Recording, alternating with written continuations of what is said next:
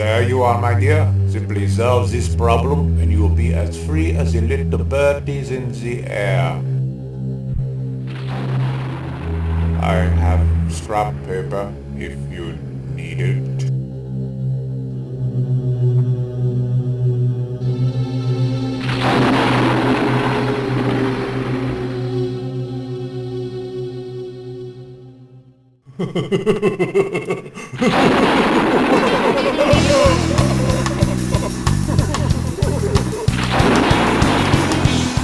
Perhaps if you tried estimating.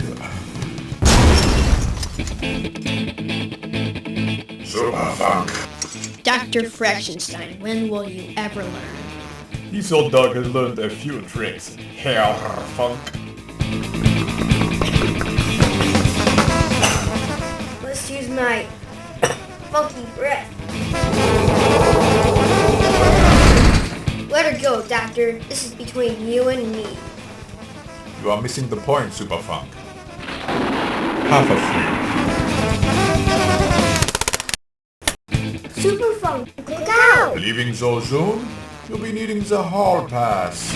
No thanks, I used the bathroom before I left the house.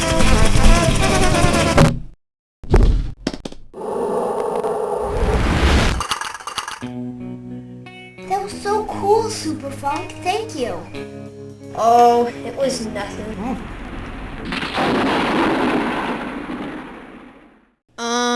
You should probably forget that last part.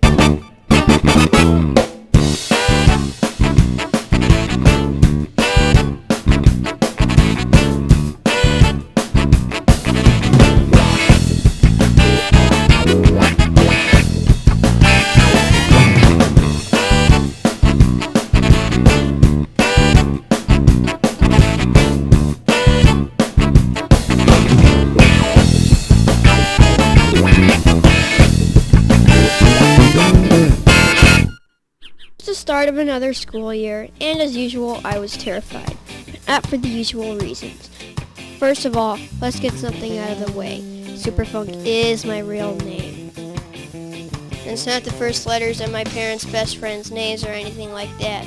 It's just a name my dad thought was out of sight. The only excuse my mom will give me is that my dad was having an episode. He must have had another episode 5 years later, because they named my sister Freaky-Dee. Hi.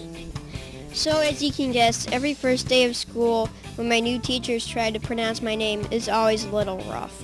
Superfunk?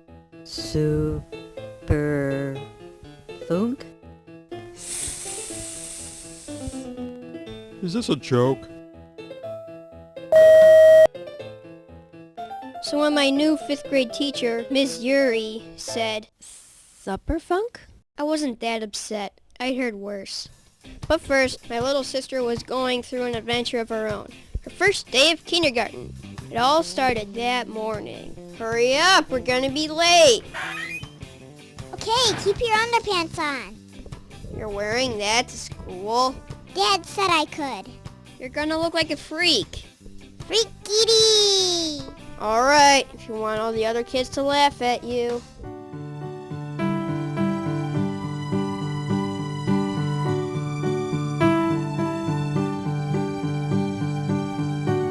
But on the ride to school, Freaky started to have some doubts. They sounded a little something like this.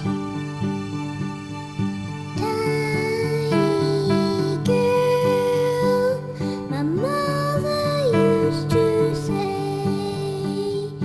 you have waited a long time for this day.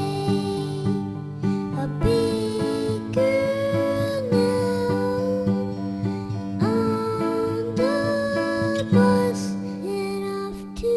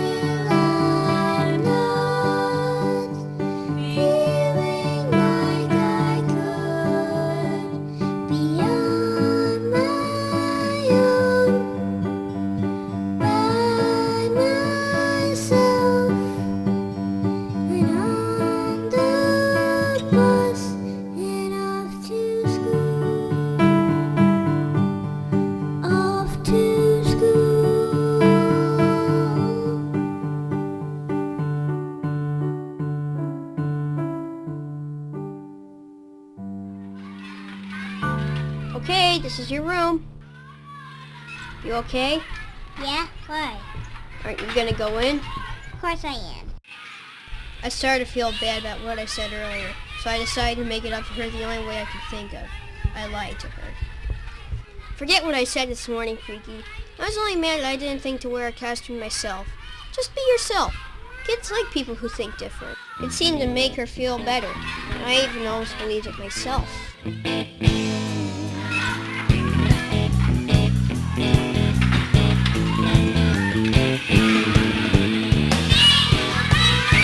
She was named Jane Frost, aka the Silver Streak, so my sister did one of the most important things in her life.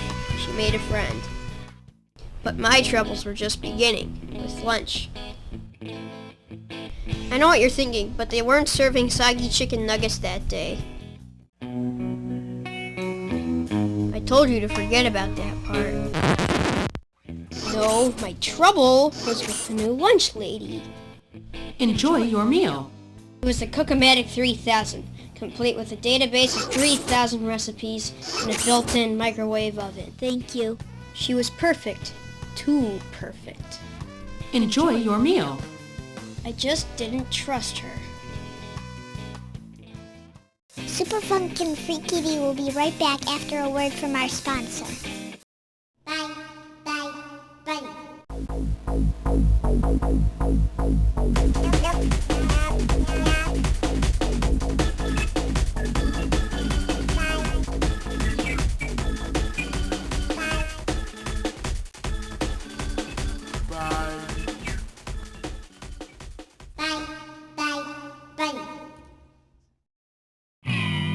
Our school's new lunch lady had extensive cooking skills, a pleasant speaking voice, and a computer chip for a heart. It just didn't feel right, so after school I hooked up with the old gang. We agreed to meet at my treehouse at dusk. All the usual suspects were there. Jack Guinan, my best friend since kindergarten. He claims to have an online girlfriend named Helga. Brett and Bert Ferber, two sides of the same coin. Eugene Creamy Larson, obsessed with whipped cream. Don't ask. Gentlemen, I've called this meeting for one reason. The Cook-O-Matic 3000. Creamy, what do you think? I would say that it would take 12 and 1/4 cans of whipped cream to cover her. Right. Brett, Bert, I thought she seemed a little creepy, but she did make good ravioli. Jack, I don't know. I thought she was kind of cool. me? I don't trust her. You don't like any robots. I just think she's up to something. Maybe she's putting something in the food, like a chemical that makes it like school or something. Whoa. Okay, what'd you bring? I've got my sister's binoculars. What? They work. Brett, Bert, I brought a flashlight. I brought another flashlight. Creamy, how about you? 12 and 1/4 cans of Goody Whip. Woohoo! And I brought the heavy artillery. Now it's time we turn from boys to men. I have to go tinkle. Okay, hurry up. We should be able to see in the kitchen through that window to the left. You with us, Creamy? Woohoo! Shh, okay? Ready? Commando crawl.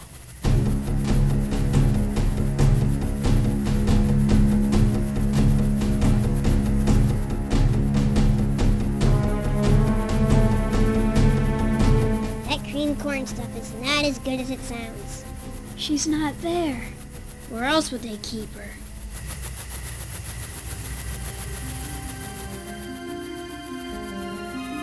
Jackpot. What's she doing?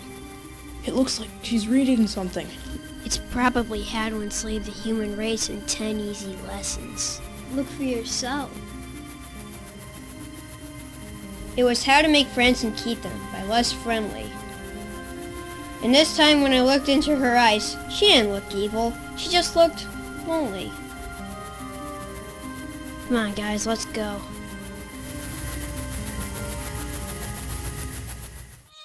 My best friend Jack was right. She was kind of cool. I was completely wrong about her, but it wasn't too late to make up for it. Enjoy your meal. Enjoy your meal. Thanks a lot, Cook-O-Matic. My name's Superfunk. That word is not in my database. What is its meaning? Friend? Friend? Pleased to meet you, friend. Same here. See you tomorrow. See you tomorrow. Enjoy your meal. So that's it for now. We both learned 2 important lessons. Be yourself and don't prejudge people. Or machines. Hey, this smells suspiciously like educational material. Where's that dang writer? Get him off me! He's giving me the mask! If you'll excuse me.